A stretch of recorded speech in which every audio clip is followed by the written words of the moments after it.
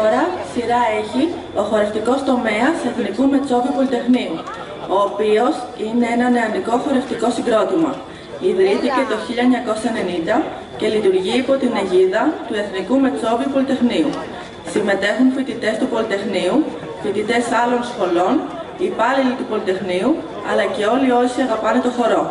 Σκοπός του χορευτικού τομέα είναι η εκμάθηση ελληνικών χορών στους μαθητές, η γνωριμία με την ελληνική μουσικοχορευτική παράδοση, τα ήθη και τα έθιμα από όλες τις γωνιές της Ελλάδας, η δημιουργική απασχόληση με το χορό ως μέσο έκφρασης και ψυχαγωγίας και η δημιουργία κλίματος φοιτητικής ζωής μέσα στην πολυτεχνιακή κοινότητα.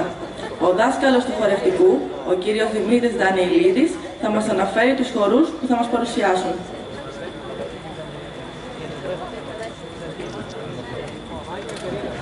Καλησπέρα για το χορευτικό τομέα του Εθνικού Μετσόβιου Πολυτεχνείου. Σας ευχαριστούμε για την πρόσκληση. Καλό καλοκαίρι σε όλους.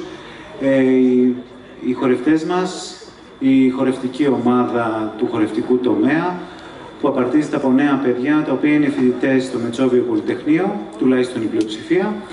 Και βασικός σκοπός, όπως είπε και η παρουσιάστριά μας, είναι ότι είναι η δημιουργική απασχόληση των φοιτητών. Και βέβαια η εκμάθηση των ελληνικών παραδοσιακών χορών. Σήμερα θα μας παρουσιάσουν χορούς και τραγούδια από τη Δυτική Θράκη. Θα ξεκινήσουμε με τον Τζέσιρτο, θα ακολουθήσει ο Ταπεινός, ένας πασχαλιάτικος γυναικείος χορός. Θα ακολουθήσει η Τρίστα, ο Ζωναράδικος βέβαια, και θα κλείσουμε με το Συγκαθιστό. Να είστε καλά.